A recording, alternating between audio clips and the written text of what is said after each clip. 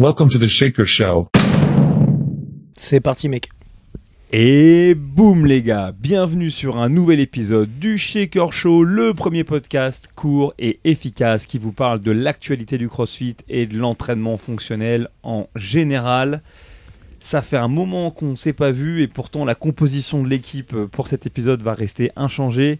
On s'était quitté avec David Lenouvel avant le French Redone, on se retrouve avec David Lenouvel après le French. Dav, comment tu vas ? Bah bien, j'attends toujours mon chèque du dernier podcast parce que je me dis 1 heure de travail à chaque fois, donc j'attends une petite rémunération.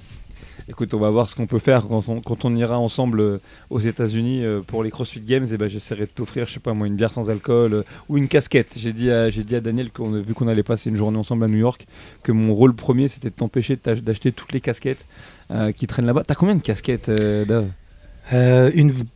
Facile, une valise. Une grande valise de casquettes, donc rangée, plus une bonne dizaine qui traîne et tu tournes. Mais toutes les personnes qui aiment bien les casquettes auront la même chose. C'est un petit peu comme les chaussures pour les filles. Ok. Parce que là, je vois, t'as une casquette du Paris Saint-Germain, mais Oui, mais pourquoi ?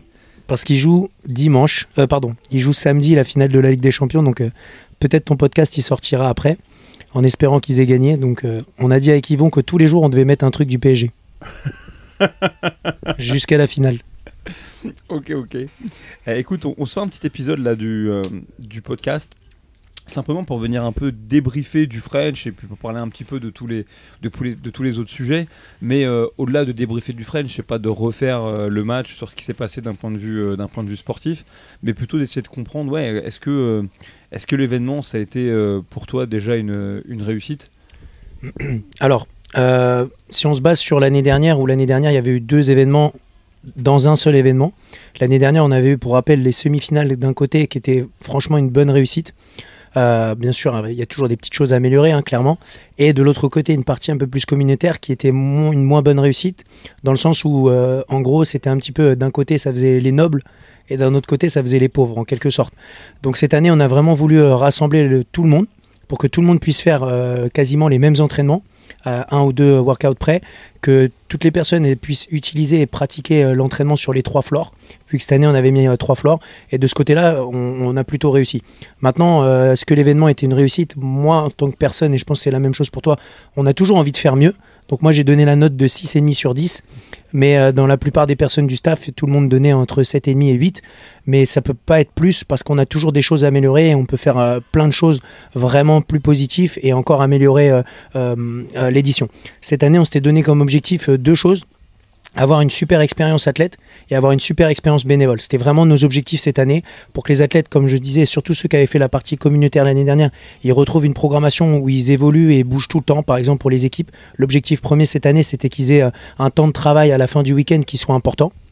Et les individuels, comme je disais, pour que chaque catégorie ait un scaling approprié, pour qu'ils retrouvent la même type d'intensité que s'ils faisaient la qualification pour les games en élite, mais dans les catégories comme intermédiaire, beginner, etc. Donc de ce côté-là, on était très contents. Et après, on s'est efforcé un maximum de donner un maximum de choses pour les bénévoles, que ça parte sur des biens physiques ou que ça soit sur de l'hospitalité durant tout le week-end. Donc c'était ça nos objectifs cette année, et là-dessus, je pense qu'on a plutôt réussi. Maintenant, moi, je donne, comme je te le disais, un 6,5 sur 10, parce qu'il y a plein de choses qu'on peut améliorer dans le back-office et dans la partie un petit peu plus technique et dans la partie planification, etc. Mais ça, c'est des choses un peu en dehors de l'expérience athlète, etc. Ouais, c'est marrant parce que tu sais, on s'était croisés ensemble. Après les 3 jours, on était en train de je crois d'enrober des box avec un film plastique pour les réintégrer à Rogue. Et on s'est dit, toi, tu donnes combien ? Et en fait, toi comme moi, on a donné la même note. J'ai dit, moi, je verrais 12 sur 20. Et toi, tu m'as dit, je mettrais 6 sur 10. Non pas une nouvelle fois que c'était un mauvais event, c'était un super event, vraiment incroyable, mais je pense que surtout lorsqu'on dit 6 sur 10 et 12 sur 20 ou peu importe, je pense qu'en vrai la vraie question c'est de se dire, ok, en fait avec ce qu'on a vu de l'enceinte, en tout cas si on retourne là-bas, à quel point est-ce qu'on a le sentiment qu'on l'a exploité à fond, et la réponse c'est ouais, moi je pense qu'il y a plein de potentiel pour faire un event vraiment fou, et puis ouais, je te rejoins, il y avait cette volonté aussi quand même d'agir sur le feedback qu'on avait reçu l'année dernière, qui était justifié, et de délivrer un truc qui était cool. Donc vraiment, et de se recentrer sur moi en vrai dans l'ordre, je mettrais vraiment les bénévoles en premier, parce que c'est vraiment sans eux, on fait rien. Et ensuite les athlètes, et effectivement après l'expérience spectateur. Et vraiment, j'ai trouvé que cette année, on était revenu à un truc vraiment cool. Et tu sais, tous les ans, on dit toujours, moi je trouve qu'on arrive, quand on évolue, on arrive après à réaccrocher les wagons du passé. Donc l'année dernière, on avait du coup la grande première, c'était de pouvoir travailler dans une arène qui était une salle de spectacle à part entière, qui a amené pour nous pas mal de challenges et quand même beaucoup de réussites, notamment du côté des semi-finales, mais quid du reste. Et du coup, là, cette année, on a un peu, je trouve, fait une version hybride, un peu le meilleur des deux mondes. On était toujours dans une belle salle de spectacle. On a retrouvé un peu l'ADN de ce qu'on avait à Saint-Quentin, avec, comme tu dis, les arènes et les choses qui tournent. Donc effectivement, ça c'est le truc sur lequel on peut être content. Moi, un truc sur le French que j'ai réalisé en travaillant dessus, c'est que je me suis quand même rendu compte que sur cette saison, les gens, ils avaient moyennement conscience de l'enjeu, tu vois, pour les élites. C'est-à-dire que vraiment, même si l'année dernière on s'appelait semi-final et que là cette année on s'appelait événement qualificatif pour les CrossFit Games, en fait l'enjeu était le même. Et c'était drôle de voir qu'il y a beaucoup de gens qui ont attendu d'arriver en fait à la compétition pour dire ah ouais, en fait les deux meilleurs là ils vont se qualifier au CrossFit Games chez les hommes et chez les femmes. Et ça c'est l'un des trucs où je me dis ah c'est dommage, on aurait dû faire ressentir ça plus tôt. Mais néanmoins c'est d'un point de vue strictement sportif. Franchement, c'était quand même fou cette compétition pour l'avoir commenté en détail. Beaucoup de suspense, beaucoup de rebondissements et et puis beaucoup de satisfaction. C'était vraiment intéressant à regarder, quoi. Ouais, moi je te rejoins complètement là-dessus. Je reste un peu sur ma faim sur le fait qu'il y a encore des personnes. On n'avait pas tout le potentiel des personnes de l'Europe.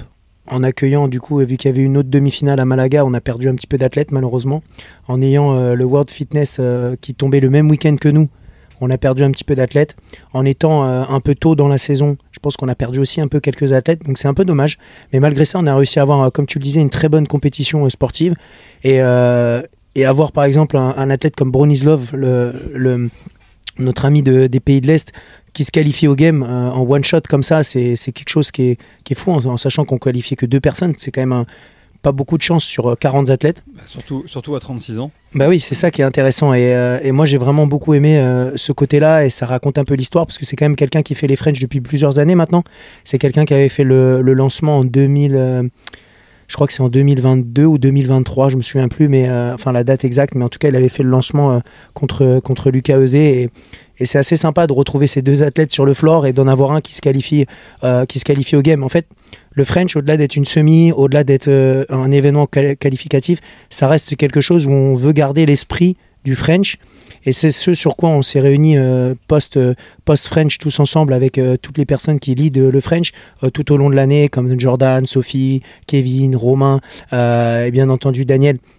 Et en fait, on a parlé de tout ça et de garder l'état d'esprit du French et de le garder pour, oui, garder le côté où on va qualifier des personnes pour les CrossFit Games, parce que on propose une compétition depuis toujours qui a un niveau élite, et on cherche à avoir les meilleurs dans chaque catégorie, et c'est ça l'objectif. C'est pour ça que c'est dur de se qualifier au French, et que quand on est sur le floor, voilà, ça se mérite, mais qu'après sur le floor on prend du plaisir et on a une compétition d'un haut niveau, mais en même temps qu'on a le côté communautaire et qu'on a le côté un petit peu festival et le côté où on prend du plaisir.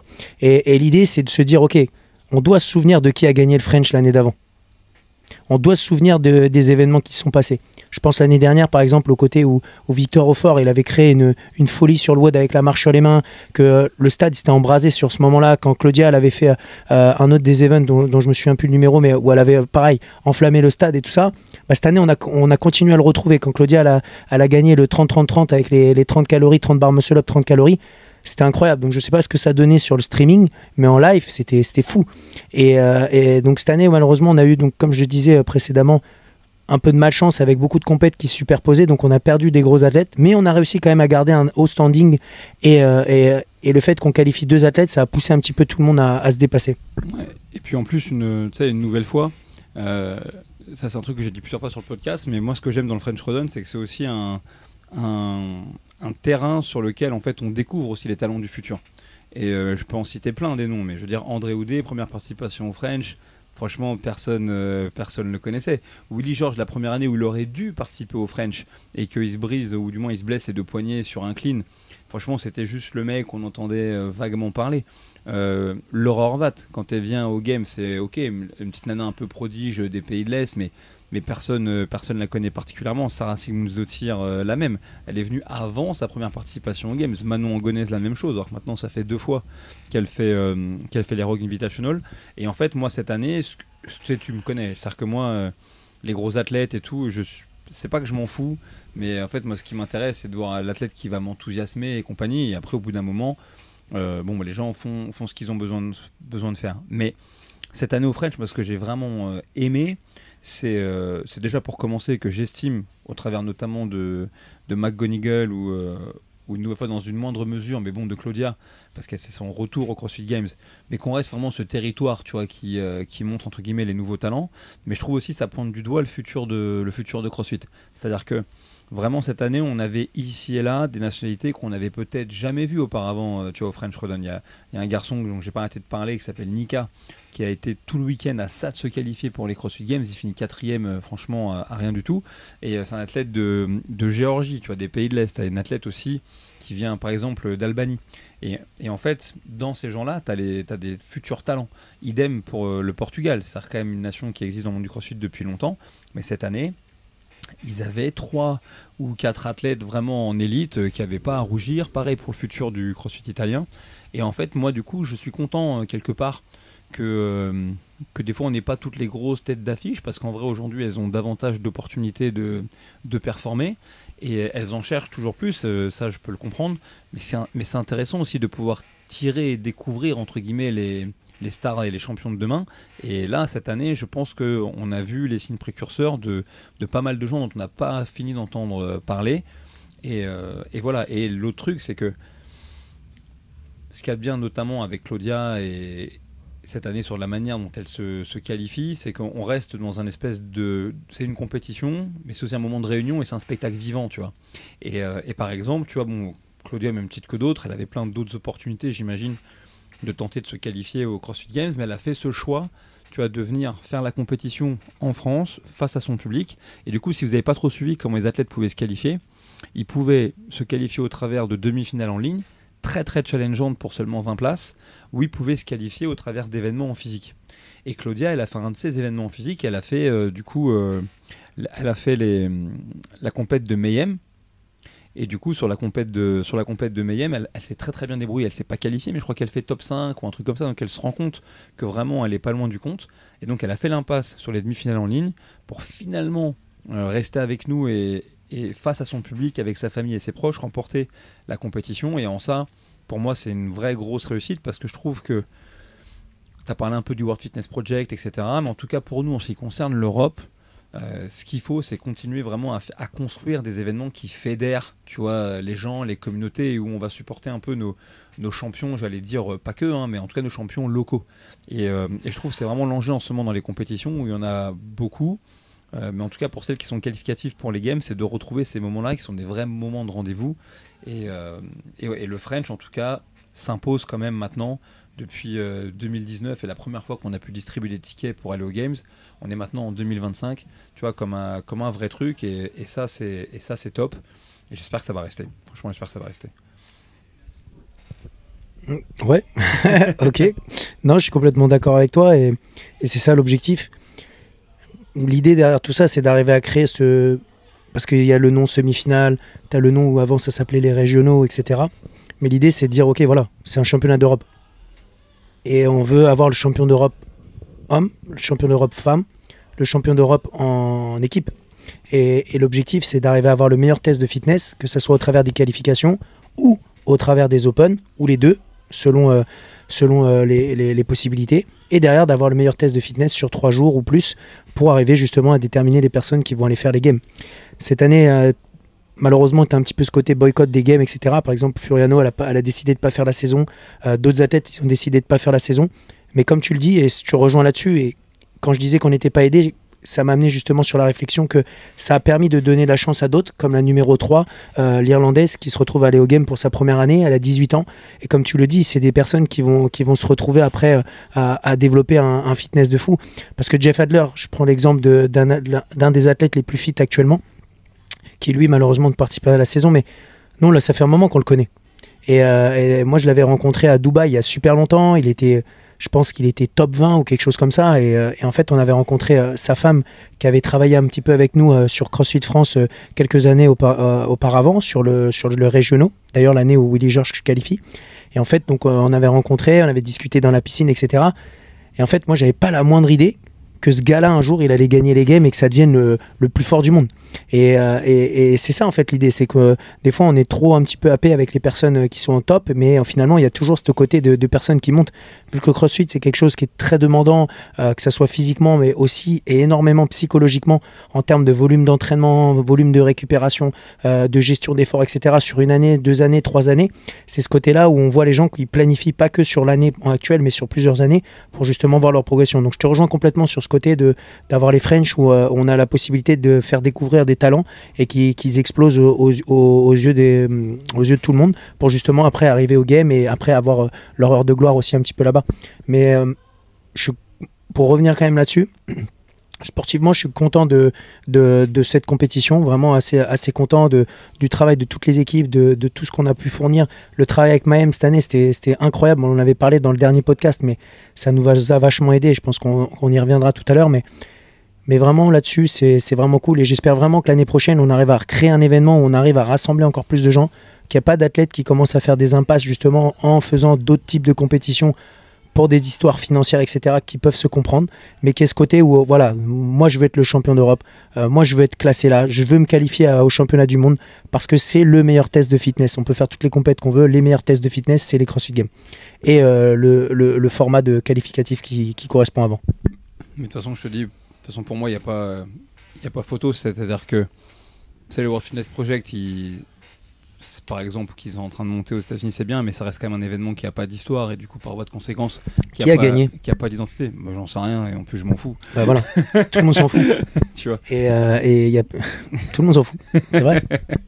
Et en plus, nous, de l'autre côté de l'océan, le mode de fonctionnement, il est encore plus obscur. Mais le vrai truc, c'est que je pense que tous ces trucs-là, pour l'instant, à l'heure actuelle, c'est des bons types d'événements dans lesquels finir ta carrière. C'est-à-dire qu'en gros, tu vois, tu as fait comme tu as dit, le CrossFit, c'est tellement exigeant qu'en fait, il y a un moment donné, quand même, je pense que tu sais quand est-ce que tu piques. C'est vraiment dans ta condition physique. Et quand tu commences à redescendre, tu dis, bon, ça va être dur de revenir. Alors, tu as eu des gens qui ont été capables d'être apparemment un peu absent et revenir. Je pense à Brent Fikowski par exemple, je pense à Nitoris Dottir qui ont donné une blessure et après est revenu. Mais sinon, en règle générale, chez nous, comme tu dis, c'est tellement pointu que quand tu y es plus. Ça se trouve, le futur me donnera tort, mais je vois mal un Justin Medeiros, tu vois, regagner les CrossFit Games dans le futur. Et donc du coup, pour moi, ces autres events, si tant est qu'on a envie d'y participer, bah, du coup, ils sont cool si tu as envie de continuer à exister et à te faire plaisir et à trouver des opportunités d'eux. Mais les CrossFit Games, c'est vraiment le laboratoire, tu vois, comme tu dis, pour le test de fitness ultime qui évolue d'année en année parce que en fait, c'est comme une programmation. Donc tu regardes ce que tu as fait auparavant et du coup, ça te permet de prendre de l'info pour ce que tu feras dans le futur. Et en fait, c'est ça qui est intéressant, mais c'est aussi ça qui est intéressant pour un truc que parfois les gens oublient, c'est que les CrossFit Games et tout ce qu'on fait, l'Open, en l'occurrence nous maintenant qu'on s'appelle demi-finale ou qu'on ait une autre terminologie, en fait on contribue à faire avancer la méthodologie du CrossFit à 2 niveaux. Déjà parce qu'en vérité on a vraiment vocation à créer des events qui réunissent les différentes communautés. Non pas que les autres compètent, notamment en France, il y en a plein qui vont dans cette direction-là, mais nous c'est vraiment un souhait qu'on a d'être un grand moment de réunion et de cohésion, et c'est pour ça que pour nous l'Open, même à CrossFit Louvre ou moi dans les box où je suis, c'est toujours quelque chose de si important. Mais ensuite il y a aussi cette idée que quand tu récupères de la data et que tu avances et que tu observes ce que sont capables de faire les meilleurs, bah, tu es capable petit à petit de dire ce que va être capable de faire le grand public. Moi je disais, pour moi la compétition des CrossFit Games, c'est un peu comme la technologie que tu mets en place en Formule 1 ou peut-être même en moto, comme je sais pas, le Shifter Pro par exemple. Tu vois, tu l'expérimentes dans le très haut niveau. Au début, ça marche pas, ça cabotine un peu. Je veux dire, moi, je suis vraiment de la génération avec le début des démarrages automatiques en F1. Tu vois, où tout le monde avait mis ça en place et tu vois, tu as plein de plans avec Raikkonen, sa F1 qui part pas parce que lui, son truc est déficient. Mais ensuite, petit à petit, ça fonctionne de mieux en mieux et ensuite, ça se démocratise. Et donc aujourd'hui, le Shifter Pro, tu l'as sur ta moto, t'appuies sur la pédale de l'accélérateur, ton moteur il redémarre et ça lance la voiture. Et en vrai, je crois qu'en CrossFit, les games servent à ça, entre autres. C'est-à-dire déjà, c'est la démonstration de force que la méthodologie fonctionne en termes de performance. Mais ensuite, ça fait que, tiens, on voit certains athlètes, prenons le premier muscle-up d'Anitoris Dottir que tu vas voir dans les vieux documentaires, ça a l'air d'être un truc de fou. Et puis aujourd'hui, tu vas dans une box à 18h et tu programmes des ring muscle-up. Et si les choses vont bien, mais tu as peut-être 30 ou 30% de ta classe, tu vois, qui fait ce mouvement. Donc c'est vraiment devenu grand public, quoi. Tu devrais faire un podcast, c'est pas mal ce que tu racontes. Mais c'est exactement ça. Le sport de haut niveau, c'est pour les meilleurs. Et c'est là où tu testes pour mettre en place. Et là, je te rejoins complètement. Et je trouve que l'exemple des sports mécaniques est un des bons exemples parce que tout ce qui est mis en place sur le sport de haut niveau dans les sports mécaniques, ça vient petit à petit derrière. Que quand ils testent des nouveaux carburants pour l'écologie, ça va arriver. Quand ils testent des championnats électriques, ça arrive petit à petit. Donc c'est ça. Et dans le CrossFit, tu retrouves ça notamment. Moi, je trouve que le meilleur exemple, c'est l'année où en 2017, ils ont mis des dumbbells. Les dumbbells, avant, tu les utilisais pas beaucoup dans les WOD. Une fois de temps en temps, et c'était un peu, ok, il n'y a pas trop de place, donc on va mettre des dumbbells. Et au final, ils avaient fait des régionaux où il n'y avait que des dumbbells. Donc la programmation, on peut en rediscuter. Il y avait eu beaucoup de gens qui s'étaient blessés parce qu'il y avait eu beaucoup de muscle-up, de ring dips, etc. Mais ça, c'est un autre débat. Mais ce côté dumbbell, tu avais tout de suite mis en place un travail complètement différent. Et nous, quand on programmait à l'époque pour la box de CrossFit Louvre, où on a quand même autour de 1000 athlètes, donc tu as un bon laboratoire test pour une trentaine de cours par jour pour tester, etc. Tu te rends compte que en fait, le dumbbell, c'était un élément qui est magique. Et plus récemment, il y a eu les wall walks qui sont arrivés. Et les wall walks, moi, à une époque, je me vois dire à des gens, ouais, ça arrivera jamais en compète. Et quelques temps après, boum, ça arrive aux Open. Et c'est là que tu te dis, ah bah ouais, en fait, c'est génial ce mouvement. Et maintenant, il y a énormément de walls avec des wall walks, notamment quasiment tout le temps aux Open. Il n'y a plus beaucoup d'handstand finalement, il y a souvent des wall walks qui tombent. Au game, il y avait eu le wall walks avec les thrusters, une année, qui était assez costaud là. Et au final, en fait, c'est exactement ça. Donc moi, je te rejoins complètement sur cette idée de dire que les games, ça reste le laboratoire, c'est le test, ils mettent en place des choses.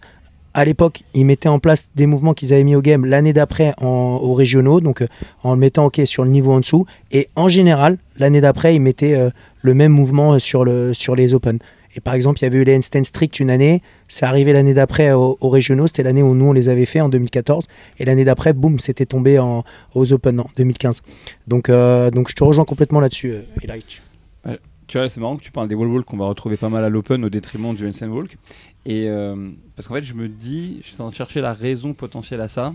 Et en fait, je pense parce qu'un mouvement comme le wall walk, quelque part, c'est un bon compromis entre nécessité d'avoir des qualités organiques et des qualités neurologiques pour bien y arriver. Enfin, je m'explique. Tu sais, si tu mets du handstand walk, par exemple, tout dépend du volume, mais le premier élément différenciant, ça va être la capacité à faire le mouvement, tu vois.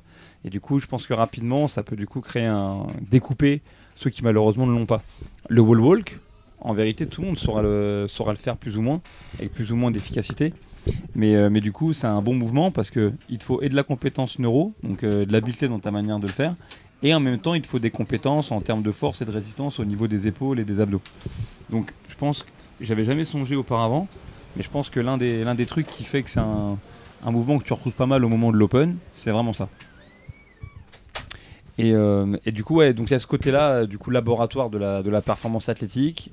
Il y a ce côté que ça fait avancer. Puis effectivement, je pense que l'Open et les Games, indirectement, c'est des messages qui sont envoyés aux affiliés pour influer un petit peu sur la manière qu'ils ont de programmer. Après, nous, je pense que on n'est pas trop mal là-dedans. On a toujours travaillé un peu à l'ancienne en suivant fort CrossFit. Toi, tu me disais que d'un point de vue sportif, ça t'avait vraiment aidé de bosser avec Froning. On avait un peu parlé sur le dernier podcast. Mais maintenant que l'event est passé, quel regard tu portes sur cette collaboration? Qu'est-ce que ça a changé pour toi dans ton travail, tu vois, par rapport aux années passées? Quel résultat ça a donné sur le floor? Si je reprends l'étape du début, déjà l'année dernière, on avait énormément appris avec, je l'avais déjà dit, je pense, dans soit un podcast avec toi, soit un podcast avec toi. Mais on avait déjà vachement bien appris qu'on avait travaillé avec l'équipe des games, en fait. Donc pour résumer, l'année dernière, on avait fait pas mal d'appels avec toutes les personnes qui faisaient des semi-finales dans le monde, avec Bozeman, avec Drake, avec toutes les personnes. Drake, c'est la personne qui s'occupe notamment des rogues. Donc en fait, des personnes qui ont énormément d'expérience, qui ont jugé au game, qui ont travaillé au game et qui ont développé le projet du sport de CrossFit. Donc on avait vachement appris par rapport à ça sur la mise en place de certains documents, la mise en place de certaines choses pour les bénévoles et de la manière dont travailler, etc. Et cette année, du coup, ce qui était intéressant, c'est que l'année dernière, on avait travaillé avec Mayhem, mais on n'avait pas eu comme l'opportunité de vraiment être en lien direct avec Rich, d'avoir vraiment un lien où on crée les workouts. Et cette année, comme on l'avait dit dans ton ancien podcast, on a eu ce moment où on s'est posé dans une pièce, on a fermé à clé, on est resté pendant 3 heures et on a vraiment designé des WOD. Et tu avais ce côté où on avait un tableau blanc et on travaillait. Ah bah ouais, là, il manquait du squat. Ah ouais, là, il y avait ça. Là, il y avait ça. Là, il y avait ça. Et en fait, c'était hyper intéressant parce que ça permet de vraiment travailler sur quelque chose où, en général, moi, je faisais des WOD, par exemple, et après, je les soumettais à d'autres personnes de l'équipe. Les gens me donnaient leur avis. Après, on modifiait et on travaillait un petit peu comme ça. Et là, il y a vraiment eu l'aspect un petit peu de travail avec Froning. Il y avait Facundo qui a énormément élaboré aussi des très bons entraînements. Et il y avait aussi un mec qui s'appelle Angelo. Si vous ne savez pas qui est Angelo, c'est la personne qui commentait les Mayhem Throwdown avec Rich et la personne de HQ dont j'ai oublié le nom, là, celui qui a plus trop de cheveux, là. Celui qui commente les games et tout le temps. Là. Comment il s'appelle déjà, lui? Attends. J'ai oublié son nom. Non, pas toi. Le mec des games. Bah attends, mais si c'est Sam Woodland. Oui, Sam, c'est ça, je cherchais son nom. Il travaille plus pour CrossFit depuis un bail. Ok, bon, bref. En tout cas, il commente encore. En tout cas, il commentait là, il commentait avec Rich et Angelo. Et en tout cas, avec toutes ces personnes-là, on a pu travailler et vraiment constituer le workout. Cette année, là où ça nous a vraiment aidé, au-delà de designer des bons workouts, parce que quand on est arrivé là-bas, moi j'avais déjà designé des workouts, Facundo il avait déjà designé ses workouts aussi, donc on a retravaillé là-dessus. Mais là où Rich il nous a vraiment aidé, c'est sur le travail d'équipe. Il a gagné 5 fois les équipes. Donc je veux dire, je pense pas qu'il y ait beaucoup plus de personnes qui soient le mieux placées pour programmer ça que ce seraient les personnes des games directement. Et il y a vraiment eu un travail. Cette année, effectivement, il n'y a pas eu de travail de barbell, mais parce que cette année, on a privilégié le travail en équipe. On voulait vraiment que les personnes elles travaillent en équipe. C'est pour ça qu'il y a eu 3 WOD avec le worm. Il y a eu le travail avec les lunges, il y a eu celui où on faisait les worm clean and jerk, et il y a eu le workout avec les squats et le worm. Donc on voulait vraiment que les personnes elles aient ce travail d'équipe. C'est-à-dire que si les 4 ils sont pas alignés, ils travaillent pas ensemble, ils peuvent pas mériter de gagner en fait. Et c'est pour ça que cette année on a vraiment privilégié ça.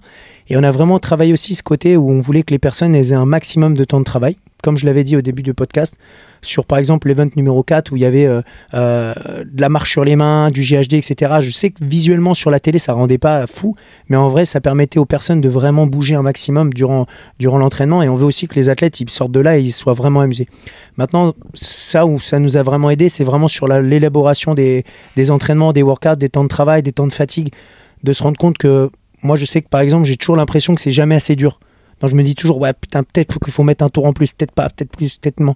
Même si tu testes les WOD, tu te dis toujours, ouais, mais le mec il teste, il n'y a pas la foule qui est là, etc.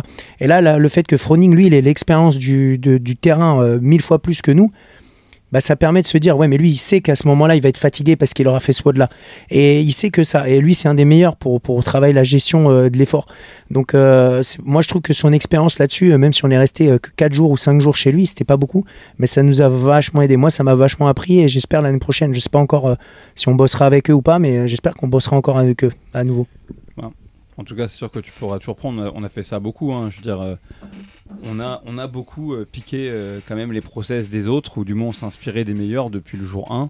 On ne s'en est jamais caché en plus, voilà, parce que ouais, comme quand on avait fait Wodapalooza, ça nous avait vachement amélioré sur beaucoup de choses.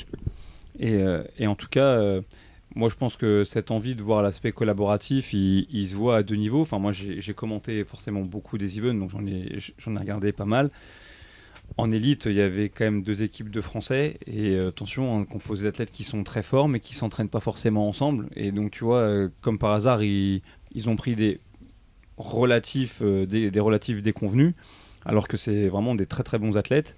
Mais ça peut s'expliquer, tu vois, par ce côté-là, c'est-à-dire qu'ils ne se connaissent pas. Et à l'inverse, tu regardes les 2 équipes qui l'ont emporté, voire même les 3 premières équipes, hein, Flake, de mémoire, Oslo, Krieger et Butcher's Lab. Il me semble que c'est ça. Peut-être que Butcher's Lab a trébuché et a fini 4ème. Peu importe.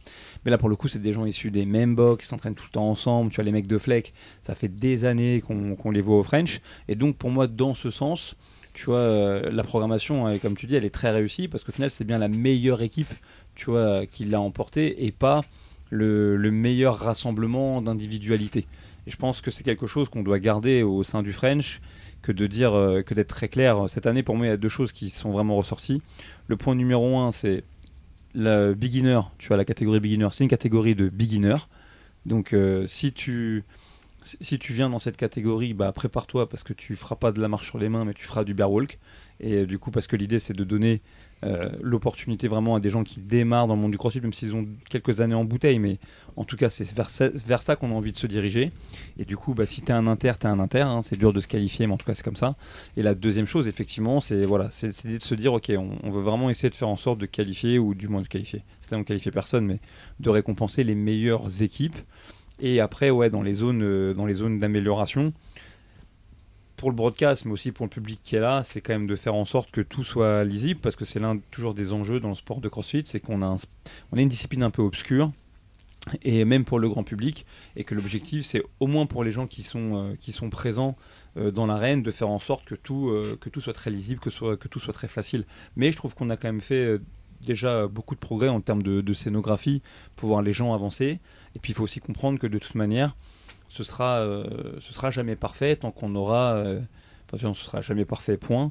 Mais que le fait qu'on fasse aussi passer 20 athlètes en même temps fait que de toute façon, à un moment donné, tu peux processer qu'un nombre limité d'informations. Tu vois, quand tu regardes un match de foot, il y a 22 mecs sur le terrain, mais les échanges, ils se font entre 3-4 types, etc. Donc nous, c'est un peu plus complexe que ça.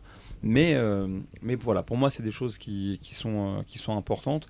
À nouveau, comme tu l'as dit, je ne sais pas si on retravaillera avec Froning cette année, mais en tout cas, je suis déjà content que toi, tu aies pu vivre cette expérience et qu'on ait pu un peu, tu vois, piquer. C'est comme moi, je suis obsédé de la scénographie. Depuis qu'on avait déjeuné une fois avec Justin Berg, je sais pas si tu étais là, mais qu'en gros c'est un ancien collaborateur des CrossFit Games.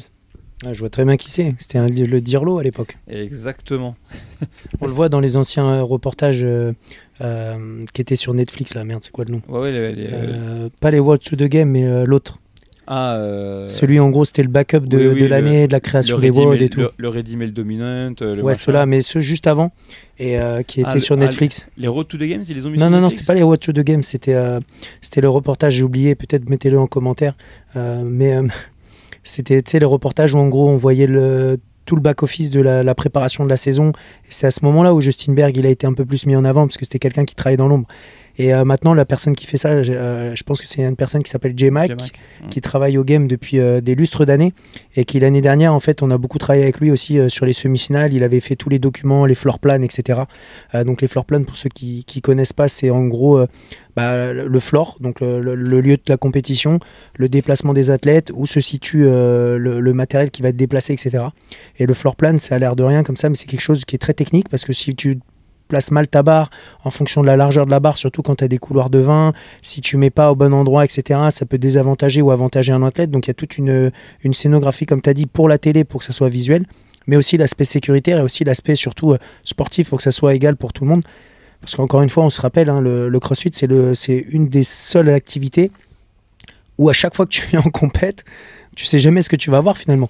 Et tu peux avoir ci, tu peux avoir ça, tu peux tout changer. Donc faut tout le temps briefer tout le monde. C'est que ça, envoyer un maximum de documents, faire des explications par-ci, des explications par-là que peut-être tu n'auras pas dans d'autres sports. Je veux dire, quand tu viens faire un match de foot, tu sais que le match il dure 90 minutes et ciao quoi. Et que tu vas faire du cinéma sur le terrain 3-4 fois dans le match, mais en CrossFit, t'as pas ça. Ami footeux. Mais ouais, en attendant, voilà, je pense programmation, beaucoup de progrès, structure de la compétition, bon retour aux sources, scénographie, work in progress, mais en tout cas on avance. Et il y a quand même un autre sujet sur lequel je trouve le French a pris des points, et c'est pas pour faire un podcast pour sucer le French H24, puisque comme on vous l'a dit, David et moi, à l'événement, nous-mêmes qui sommes en back-office, on lui donne 12 sur 20, mais c'est quand même la sécurité des athlètes. On sait que malheureusement depuis l'été dernier c'est quand même une préoccupation grandissante. Alors je dirais pas que les athlètes ils sont plus en sécurité aujourd'hui qu'hier, ou plus en danger, ou moins en danger, parce que je considère pas qu'ils étaient forcément, mais en tout cas cette année ce qu'il y a de sûr c'est qu'en termes de dispositifs de sécurité on a réussi à mettre en place des choses qu'on va encore améliorer l'an prochain, mais où les membres des différentes équipes ont été hyper réactifs. Et il y a une image qui est restée cette année un petit peu du French pendant quelques semaines, c'est celle de l'athlète qui s'appelle Myriam Van Roor, qui fait un malaise en plein sur le floor et qui du coup a déclenché beaucoup d'inquiétudes. Donc une fois de plus, si ça vous intéresse, tout va bien. Myriam, elle a juste depuis quelques années des problèmes, elle fait un trouble neurologique, elle fait du coup des crises de spasmophilie, mais elle est suivie pour ça, et donc c'est ce qui lui est arrivé sur le floor. Elle a été prise en charge rapidement et tout allait bien quelques minutes après. Et par ailleurs, elle s'est qualifiée via les qualifs en ligne au CrossFit Games. Donc tout va bien de ce côté-là. Mais vraiment, voilà, on a mis en place un dispositif un peu différent des autres années et qui pour le coup a fait ses preuves, et ça je pense que c'est un sujet sur lequel on peut être content. Et avant de te laisser embrayer, juste par rapport à ces questions-là, juste comprendre que le sport de haut niveau, malgré tout, ça comporte toujours une part de risque. Et tu vois, moi je commentais en direct ça quand on était en train du coup avec Daniel en plus. Donc on commente cet event. What the fuck. Non, ça va, mais du coup Daniel par exemple il m'a vite quitté pour être sûr de pouvoir descendre sur le floor et vérifier que tout allait bien. Mais j'étais quand même choqué, tu vois, des commentaires sur YouTube. C'est-à-dire que quand l'athlète elle fait son malaise, je crois dans les 5 secondes, j'ai quand même quelqu'un qui écrit en commentaire: oui, tenez-nous informés, est-ce qu'elle va bien? Comme si de 1 on avait le don d'ubiquité, tu vois, et comme si de 2 en fait la priorité à ce moment-là, c'était pas plutôt de s'occuper de la personne et de laisser les choses suivre son cours. C'est-à-dire que quand même, il y a une espèce de facilité à s'alarmer de tout et de rien qui arrive très très vite. Tu vois, pareil, Barbell Spin, ensuite, quand il avait reposté un extrait de la vidéo. Et comme d'habitude avec les réseaux sociaux, c'est-à-dire que sur la manière de poster et de formuler le message, c'est un truc négatif. Tu vois, même si au final c'est pour dire un truc positif qui était le dispositif de sécurité a bien fonctionné. Donc je pense que c'est juste, les gens ils devraient s'interroger un peu parfois sur leur faculté à tirer des conclusions ou à paniquer dans l'émotion pour des choses qui sont des non-sujets. Je veux dire que là demain, ou même là maintenant, Flo il te renverse le vestiaire sur la jambe, il te casse le fémur, là tout de suite. Impossible. Oui, mais il a déjà le haut de la jambe en adamantium des deux côtés, le frère. Donc forcément, on ne peut pas lui casser. Mais ce que je veux dire, c'est que, entre guillemets, ça sert à rien de s'alarmer. Tu vois, je veux dire, tu traites le truc, tu appelles les secours, on te prend en charge à l'hôpital, on t'opère, tu fais ta convalescence, et on en reparle tu vois, dans quelques temps. C'est dur d'aller plus vite que la musique, quoi. Mais il y a ce truc-là qui est resté, et je pense quand même que du coup, on a fait du bon boulot. Ouais, je te rejoins complètement. Moi, je l'avais déjà dit plusieurs fois, mais moi, je suis un passionné de sport et je suis beaucoup de sport télé. Tu vois, là je vais regarder le PSG, je vais regarder le rugby la semaine dernière, etc. Mais dans le sport, t'as souvent des personnes qui se blessent, c'est normal. Et t'as ce côté où CrossFit l'année dernière, malheureusement, ils ont eu une personne qui est décédée. Donc oui, il s'est passé quelque chose, etc. Nous, on n'a pas moi, j'ai pas de point à parler de ça. Ça me concerne pas, etc. Mais ce qui est sûr, c'est que nous, au French, l'année dernière, il y a eu un moment, une personne qui s'est blessée. On a mis du temps à réagir, donc on a dit l'année prochaine. C'était dans le feedback, on a dit l'année prochaine, on met en place quelque chose. Cette année, Martin, qui est un ancien Méli, qui est coach à Louvre 3, qui est coach level 3 d'ailleurs, à Louvre 3, il a été mis en charge de gérer justement Elle est pas mal cette petite blague. Là, ça me fait rire parce que je vous ai dit un coach L3 à L3 et après je te disais L3, ça fait le et du coup ça m'a fait rire, désolé. et du coup il a été chargé de la mission de s'occuper de ça, et il a recruté toute une équipe, etc., avec notamment Jordan qui l'a épaulé là-dessus pour mettre en place un système et un protocole s'il se passait quelque chose. Donc en fait quand la personne allait tomber, en moins d'une vingtaine de secondes, il y avait toutes les personnes qui étaient autour d'elle. Donc quand je dis les personnes autour d'elle, c'est-à-dire les médics. Après, les équipes build, ils se sont mis autour hyper rapidement pour simplement protéger la personne et laisser un canot un petit peu où la personne elle peut respirer et on peut s'occuper d'elle, et il n'y a pas ce côté où la caméra fixe la personne qui est en train d'avoir un souci. Et tout de suite derrière, elle a été sortie du floor en moins de 2 minutes, et en 3 minutes, elle était directement à l'endroit de la Croix-Rouge qui s'est occupée d'elle, et après elle est revenue assez vite à ses esprits, et ça s'est plutôt bien passé, comme elle l'a expliqué plus tard. Mais encore une fois, dans le sport, surtout le sport de haut niveau, le risque zéro n'existe pas. Maintenant, c'est comment tu mets en place les choses pour faire en sorte que ça se passe bien. Et une personne qui se blesse, ça peut arriver, une personne qui s'ouvre la main sur une barre, ça peut arriver, une personne qui trébuche. C'est pas que le crossfit est plus dangereux qu'un autre sport, bien loin de là, mais ça peut arriver à n'importe quel moment. Moi, j'ai fait du rugby pendant 10 ans et le nombre de fois où il y a des personnes qui se sont fait les genoux sur le terrain et les pompiers sont venus pour les dégager, etc. Entre guillemets, quand je dis les dégager, c'est-à-dire les sortir du floor et du terrain pour les prendre en charge et les amener à l'hôpital, ça mettait un temps fou. Et cette année, justement, on s'est vraiment engagé à mettre en place 3 personnes donc du médical qui étaient sur le floor. Ils étaient tous connectés à une radio. Vu que le floor, comme tu l'as dit, il y a 20 lignes. En gros, pour ceux qui ne savent pas, ça fait 40 mètres de large. Donc c'est quand même assez large. Et il y a celui avec le rig, tu as 25 mètres de long. Donc c'est quand même un floor qui est super grand. Donc pour aller d'un bout à l'autre, c'est bien d'avoir placé plusieurs personnes. Et ça, on avait mis ça en place sur chaque floor. Et ça permet d'avoir à gérer toutes les personnes qui avaient des petits soucis. À un moment, une personne qui s'est fait un peu mal au dos pour une raison, ça a été pris en charge super vite. Et ça, là-dessus, on a vraiment mis un point d'honneur à s'occuper de ça. Donc on peut remercier toute l'équipe qui s'est occupée de ça. Et puis de toute manière, c'est pas parce qu'on a trouvé un protocole qui a marché cette année que ça veut dire qu'on n'aura pas de problème dans le futur. La vérité, comme tu dis, c'est que moi j'aime bien cette phrase en anglais qui dit you don't know what you don't know, et qu'en fait à un moment donné tu peux apprendre que de ton expérience, et voilà, et que c'est des choses qui sont rares, et que c'est une fois que tu as eu le pépin malheureusement que tu peux réagir. Ouais. Et voilà, et cela étant dit, normalement c'est un des axes où je pense qu'on s'est bien débrouillé. C'est sûr, et puis excuse-moi, j'ajouterais, Elie, excuse-moi. Pas de mal. Mais me mets pas une amende vu que t'es policier. Policier. Ancien. Mais le sport de CrossFit, c'est tout le temps jugé. Mais il faut pas oublier que c'est un sport qui est super jeune. C'est super jeune. Ça a été les premiers games, c'est 2007. 2007. En 2007, il y avait la Coupe du Monde de rugby en France. Et c'était genre déjà la 5e ou la 6e Coupe du Monde. Et il faut être conscient de ça en fait. Et parfois, on juge beaucoup le sport de CrossFit. Ouais, il n'y a pas eu ça, il y a eu ça, nanana, etc. Mais il faut prendre en compte que c'est un sport qui est tout neuf et qui se remet en question tous les ans. Oui, la saison, elle n'est pas encore parfaite et ils n'ont pas trouvé la clé du succès. Ça, c'est sûr et certain. On le sait, tout le monde le sait. Mais maintenant, en termes de test du fitness, on a vu tout à l'heure que c'est quelque chose qui est... Il n'y a rien de mieux sur Terre pour l'instant. Et qu'en termes de sécurité et de protocole, etc., ils mettent en place les choses. Encore une fois, je ne reviens pas sur ce qui s'est passé l'année dernière au Game, mais je parle en général, et notamment notre exemple de cette année par rapport à l'exemple de l'année dernière, où on a progressé. Et c'est ça, c'est un sport qui évolue, c'est des choses qui évoluent. On peut encore optimiser énormément les choses. Et c'est pour ça, à un moment dans le podcast, tu as dit quelque chose de pertinent où tu disais qu'on s'inspirait beaucoup des autres, mais on est obligé, tout le monde est obligé de s'inspirer des autres. Nous, on s'inspire des games, on s'est inspiré de Mayhem cette année. Il y a une année, comme je disais, on s'est beaucoup inspiré de Wodapalooza sur leur process, leur protocole, le fait qu'ils aient des bergers. Donc les bergers, donc les shapers, en gros, les personnes qui vont chercher et récupérer les athlètes, le système du planning, les horaires, etc. Enfin, il y a plein de choses qu'on a appris. La dernière fois, moi, j'avais accompagné un athlète qui faisait une compète à Amsterdam, et on s'est rendu compte que là-bas, ils avaient mis en place une zone d'échauffement que pour les athlètes qui allaient passer juste après. On s'est dit putain, il faut qu'on mette ça en place aussi au French. Et entre-temps, Joe, il l'avait vu sur une autre compète, donc on a dit vas-y, let's go, on va le mettre en place. Et c'est toujours des petites choses comme ça, des petits détails. Et si chaque compétition, on s'entraîne entre guillemets en se donnant des petits tuyaux un peu par-ci par-là, ça va permettre de faire grandir les choses. Et cette année, par exemple, dans un nouveau poste qu'on avait créé qui s'appelle les Team Leaders Juges. Donc c'est un poste qui était aux semi-finales que du coup nous on a récupéré. Donc ça c'est un exemple de choses qu'on a récupéré.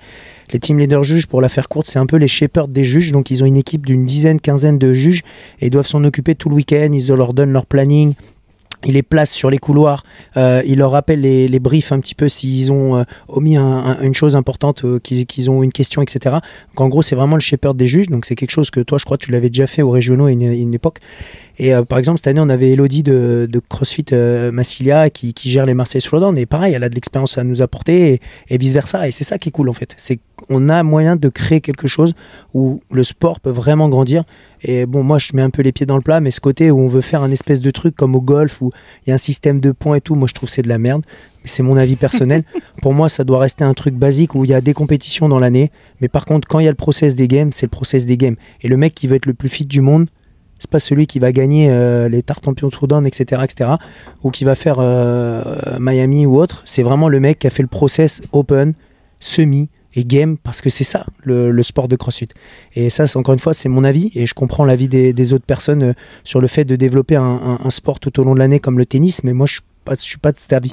Moi je vois plus le côté où on réunit les gens une bonne fois pour toutes au game, on les réunit, que ça soit aux États-Unis, peut-être un jour en Europe, peut-être un jour ce sera en Asie ou en Océanie, peu importe, mais ça soit vraiment un vrai événement, plus comme les JO peuvent l'être, et ça crée quelque chose de fou. Moi, je le vois plus comme ça. Moi, je te rejoins complètement là-dedans. En plus, je trouve que là, cette année, on a bien compris depuis l'année dernière qu'il y avait aussi un vrai truc, des vrais engouements, de vrais engouements nationaux. Tu vois, t'es content aussi de venir encourager l'athlète de ton pays. Je trouve que globalement en France, ça se tire plutôt vers le haut. Tu vois, là, tu as mentionné les Marseille. Moi, j'ai encore échangé hier avec un garçon qui veut monter une compétition. Je filais des conseils 100% sans filtre. Prendre du café Ça, parce qu'il ne va pas beaucoup dormir. Ça, c'est sûr. Je sais aussi, tu vois, que même Mickaël Bouteillon et l'équipe des affiliés de Battle, tu vois, ils ont pris la peine de faire un post, tu vois, pour saluer la qualité de l'event. Donc, en fait, nous, on n'est pas vraiment du tout dans un truc où on se tire dans les pattes. Et c'est vrai que moi, comme toi, je déteste. Je déteste en fait toutes les organisations qui, pour exister, ont envie de s'aborder ce qui a été le travail de plein de gens au travers de CrossFit, du département des Games depuis maintenant, l'air de rien, plus de 15 ans, quoi. Moi, ça a tendance à me débecter. Et en plus, je trouve ça complètement contre-productif. Ça me débecte et je trouve ça un peu naze parce que je pense vraiment, comme tu l'as dit, que le sport est jeune et que l'écosystème financier, etc., même pour développer dans le futur des gens qui seraient athlètes professionnels. Pour mon athlète professionnel, c'est un mec qui gagne de l'argent au travers de sa performance. Donc en fait, en vérité, il y en a très peu. Il y en a déjà très peu dans les sports traditionnels. Tu regardes le judo et tout. Et je fais juste une parenthèse avec ça et je te rejoins sur le fait que les games et Rogue, par exemple, c'est un des... Je veux dire, il n'y a pas beaucoup de sports au monde où en un week-end, le prize money il est aussi élevé. Faut bien regarder. Hein. Mais il n'y en a pas beaucoup. Quelques tournois de golf, quelques tournois de tennis, en dehors des grands slams, là. Mais il n'y en a pas tant que ça, en fait. Voilà, donc ça, c'est un premier truc. Et en fait, voilà, ce que je te disais, c'est que voilà, je déteste en fait cette truc qui consiste en fait à s'aborder un peu son voisin. Et moi, je compare vraiment ça avec l'UFC et les autres organisations. C'est-à-dire, pour moi, le crossfit et le sport de crossfit, ça peut vraiment grandir. Et attention, hein, il va y avoir de la place pour beaucoup de monde dans cet écosystème.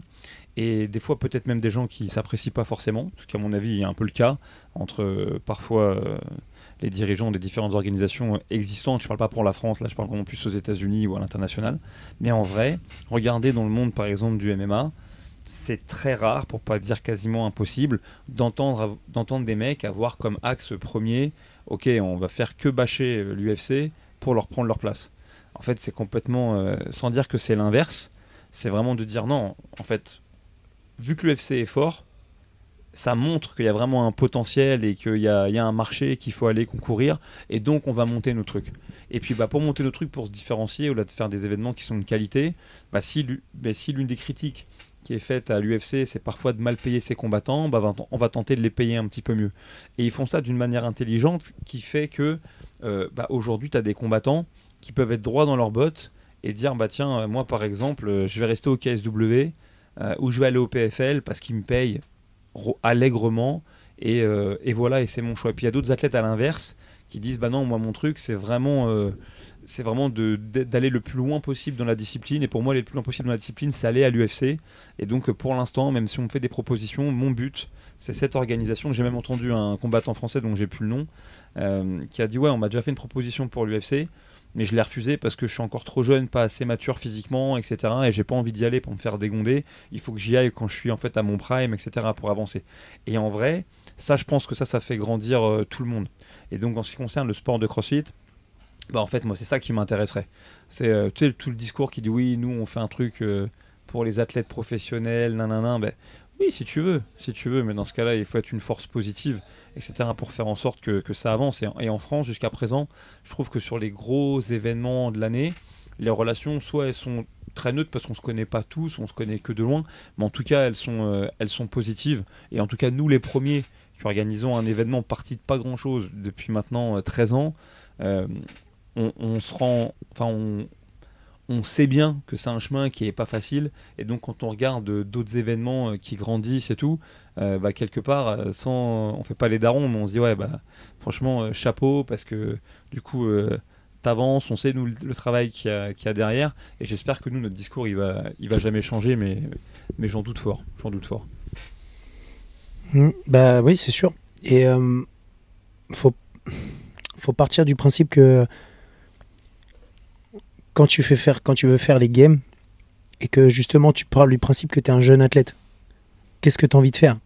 Est-ce que tu as envie de faire les games et monter et te dire ok voilà, j'ai gagné, c'est moi le plus fit, ou est-ce que tu te dis bon bah voilà, je vais aller faire une compète par-ci, une compète par-là et prendre un chèque? Donc cette année c'est un peu biaisé parce qu'encore une fois il y a tout ce qui s'est passé l'année dernière qui fait que la saison elle est un peu en transition, mais le jour où le sport de CrossFit par les CrossFit Games va revenir à son apogée comme ça a pu être le cas par le passé quand il y a eu les années, quasiment toutes les années avant que Greg il change un petit peu la donne avec le format où il voulait sélectionner des gens dans chaque pays, etc. Avant ces années-là, je veux dire, tout le monde voulait les faire. Et bien sûr que les personnes avaient participer au Miami, participer à toutes les compètes qu'il y avait, les grands trucs là, qu'il y avait un petit peu partout aux États-Unis, etc. Mais le but principal, c'était quand même de faire ça. Et je trouve ça cool, moi, qu'il y ait beaucoup de compètes. Tu vois, avant, tu savais que tu avais les games en août. Ensuite, il se passait pas grand-chose en novembre, etc. Mais ils mettaient en place les Team Series. Donc ça, c'était plus un truc qui était dans les box et qui était communautaire. Après, tu avais les Dubaï en fin d'année. Donc là, les gens, ils y allaient clairement pour l'argent. Hein. Ils ne se sont jamais cachés, mais c'était quand même quelque chose où... Moi, j'y suis allé 2 fois et franchement, oui, il n'y a pas énormément de personnes. Sportivement, c'est pas un truc de fou, mais c'est quand même une expérience. Franchement, c'est assez sympa et tout. Et après, là, en janvier, tu avais Wodapalooza. Après, ça commençait à se déplacer au fur et à mesure de l'année. Nous, on arrivait juste après les régionaux. Les régionaux, ils arrivaient en mai. Un petit peu avant ça, tu avais les Open. Et après, ça repartait. En fait, la saison, elle était comme ça. Bien sûr que, comme on l'a dit, c'est un sport qui est jeune. Donc, forcément, ça change. Et le format, il change. Et ils ont mis beaucoup de choses. Ils n'ont pas encore trouvé la recette parfaite. Et on sait que ça va arriver. Mais il faut partir du principe, tu es jeune, tu as 16 ans. Qu'est-ce que tu veux faire? Tu te vois gagner les games à quel âge? Tu te vois faire quoi? Et c'est pas, il faut jamais voir les choses à court terme, il faut plutôt le voir à long terme et se dire ok, cette année peut-être moi mon objectif c'est d'aller aux semi-finales et d'essayer de faire un top 20. L'année prochaine j'essaie de faire un top 10. L'année d'après j'essaie de me qualifier au game. Et en fait planifier ça, garder le même entraîneur, garder la même équipe et continuer à travailler. Et c'est comme ça que les athlètes de haut niveau ils travaillent. C'est comme ça que les athlètes qui font les Jeux Olympiques ils travaillent. Ils basent leur entraînement sur 4 ans. Et ils s'entraînent. Ils font des Coupes du Monde, ils font des championnats, ils font des tournois. Mais ils veulent faire les JO. Et en plus pour se tester, c'est le disait Mais même. complètement. Et moi je prends toujours l'exemple des sports mécaniques. Mais les sports mécaniques, t'as des blessés, hein, peut-être plus que dans d'autres sports. Parce que malheureusement les mecs ils s'éclatent parce qu'ils sont toujours à la limite et tout. Mais encore une fois, ils ont quand même un système de sécurité qui est encore poussé à son max. Mais les gars qui roulent pas pendant un temps et qui reprennent, en général, ils ont du mal à être dans les premiers au début parce qu'ils ont plus le rythme. Et c'est ça, c'est garder le rythme. Donc il faut garder ces tournois-là. Mais pour moi, l'accent devrait être sur le sport en tant que tel, comme si c'était la Ligue des Champions. Et les personnes, elles veulent gagner ça et elles s'entraînent pour ça. Qu'il y ait l'argent ou non, oui. Mais pour l'instant, quand même, c'est quand même le plus gros prize money. Hein, les games loin devant toutes les autres compétitions. Actuellement, même devant Rogue, pardon. Mais ça reste quelque chose qui est important. Et en termes de communauté, moi j'y suis allé beaucoup de fois au game, toi aussi. Tu sais que l'événement c'est un truc de malade.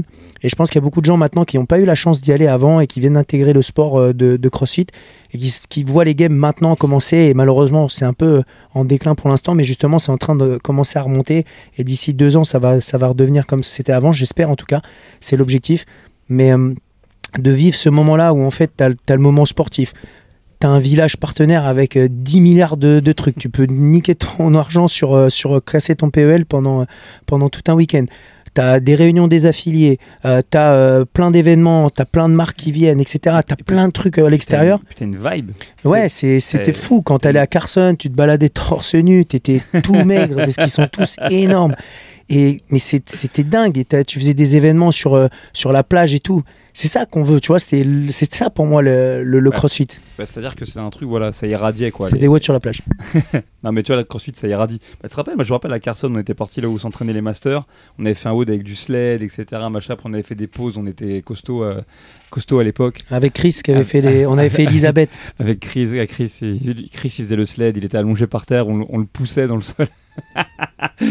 Mais en gros il y a vraiment ce truc voilà très particulier qui est très dur de reproduire, mais par contre dont on peut profiter. Je veux dire, nous au French Rodon on profite de l'aura des CrossFit Games, voilà, c'est tout, c'est comme ça. Et je pense que c'est dans ce sens là que les gens ils devraient bosser, et avec cette vraie idée fondamentale, okay, qui est que pour que le sport de CrossFit ça fonctionne, c'est basé quoi qu'il arrive sur la communauté et sur les affiliés. Et toutes les voix dissonantes qui vont dans un autre sens que ça, je suis désolé, elles sont pas toujours hyper constructives parce qu'elles ont pas de pensée long terme, elles sont un peu dans leur repli, tu vois, sur eux et quoi qu'on en pense, c'est pas du tout le cas de CrossFit.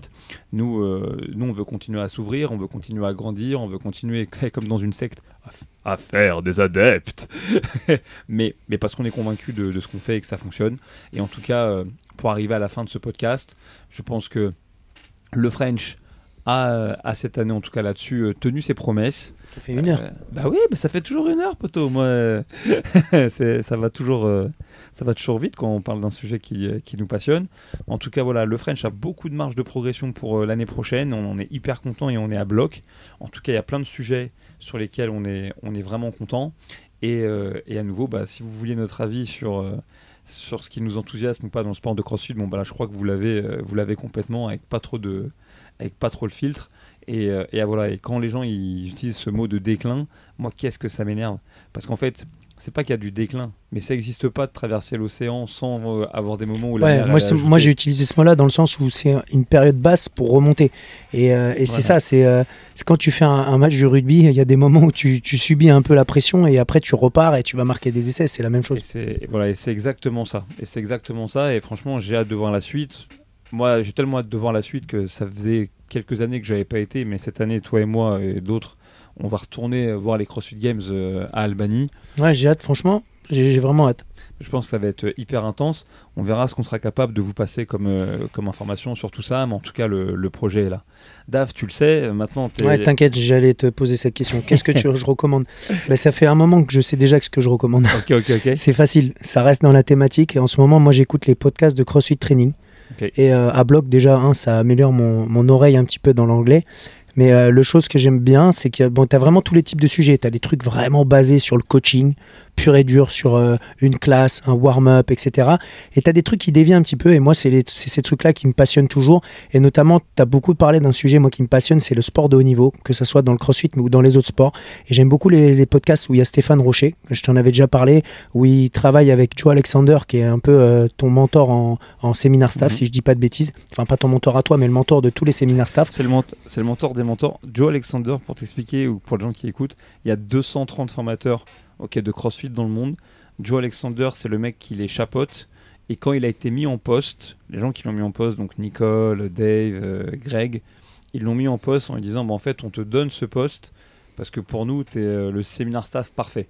Et on aimerait que les gens qui travaillent sous toi, ils soient capables d'émuler tes caractéristiques, tes qualités, etc.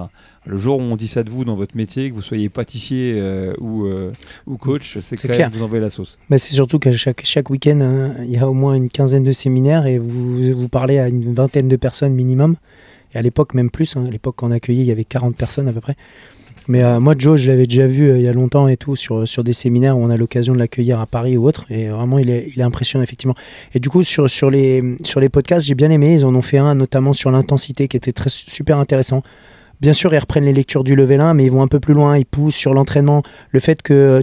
Moi, j'ai déjà ressenti ce qu'il disait dans le podcast, le fait que, tu sais, quand tu arrives, tu as 35, 40 ans. Moi, j'ai 35, toi 40. Mais quand tu arrives dans ces zones-là où tu es master et... Ouais, c'est dur de mettre l'intensité tous les jours. Et il parle de plein de choses comme ça. Il y en a en ce moment que j'écoute, c'est sur le... Ça fait un moment qu'il est sorti celui-là, mais je l'écoute en ce moment, c'est celui sur le GPP, donc sur le fait de préparer. Et j'aimais beaucoup, tu vois, parce que Stéphane, il attaque le podcast en expliquant... tu sais, les mecs qui font de la prépa pour les golfeurs, par exemple, et qui prennent un club de golf et ils mettent un pot au bout et ils font taper le mec. Et il dit, mais c'est complètement débile, parce qu'en final... Déjà, ça risque de le blesser plus qu'autre chose. 2, ça gêne son swing parce que ça change complètement vu qu'il y a une inertie différente avec le poids. Et au final, ça ne fait pas travailler spécialement la force. Donc, comme les boxeurs qui prennent des poids pour faire des punchs, ça change complètement le mouvement. C'est complètement débile. Alors que le GPP et le principe du CrossFit, c'est ça, c'est de faire des mouvements où tu vas utiliser la puissance de la hanche vers les extrémités avec push press, thruster, etc.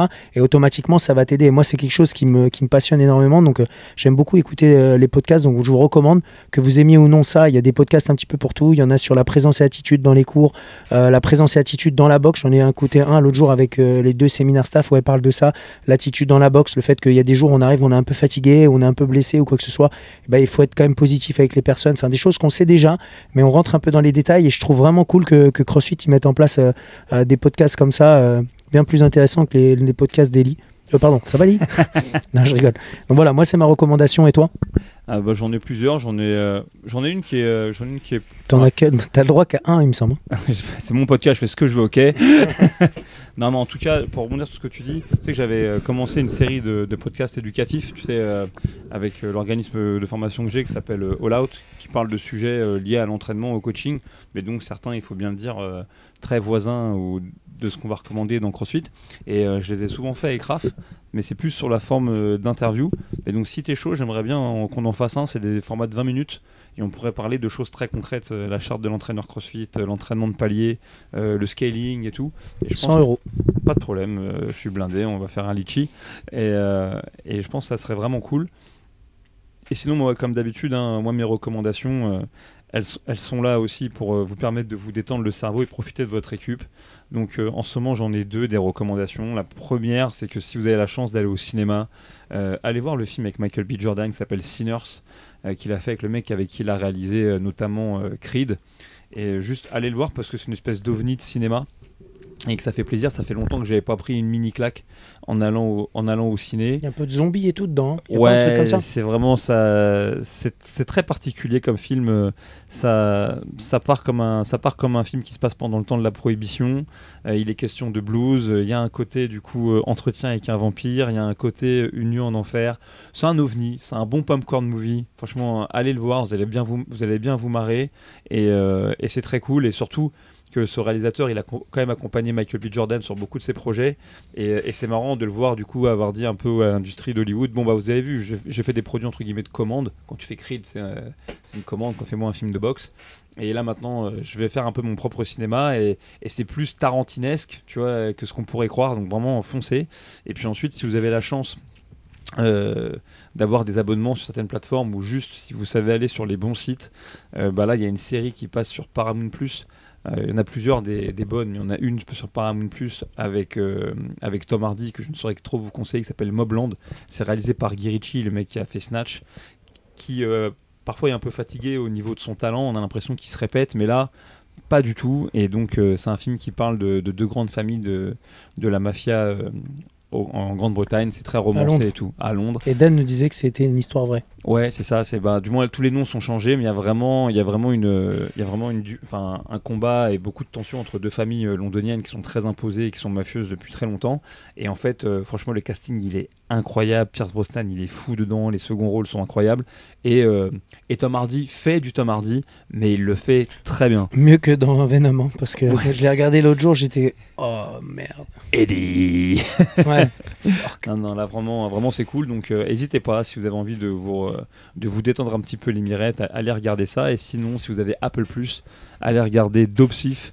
C'est une série policière un peu dans la veine de... C'est même pas dans la veine de The Wire, mais en tout cas, l'intrigue est top. Allez voir ça, vous serez pas déçus.